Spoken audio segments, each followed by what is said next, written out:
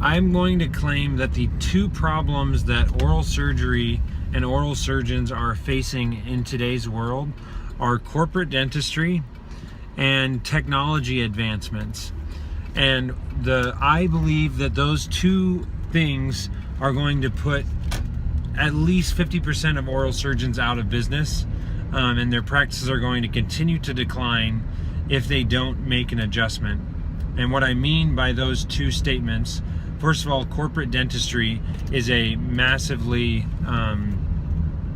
dangerous threat to oral surgeons, and that is a lot of the private oral surgery practices are competing against corporate dental offices that are now just hiring oral surgeons straight out of dental school, and then they're keeping all of those referrals in-house.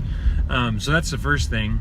And the second thing is the technology advancements are basically presenting an issue to dentists where they can now, because of the technology, they can now do the exact same services that used to be oral surgeon specific, and they can just keep that in-house. And I think that through automation and more advancements with 3D printing and whatnot, there's just going to be more and more dentists that are going to open up a practice and keep all of those things in-house.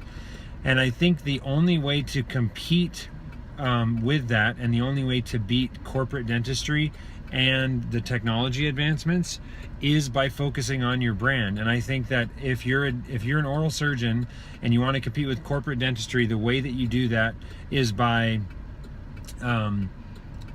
talking about what makes you unique, talking about how you are different than the other, massive conglomerates out there that are just looking at dollars and cents, and they're just a tooth factory basically.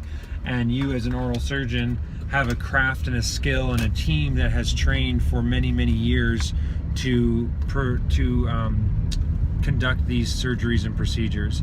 And then from the technology side, I think once again, the way that you beat dentists bringing all these things in-house is by developing a brand through building relationships with dentists and working with them and trying to understand what types of cases they would like to refer to you and when they want to keep things in-house. I don't think it's a good idea to just go around and tell people you shouldn't do this, or leave it to the specialist, because technology is like with self-driving cars. It's people used to think that this was never going to happen, and now it's very likely, and people are accepting this as a fact.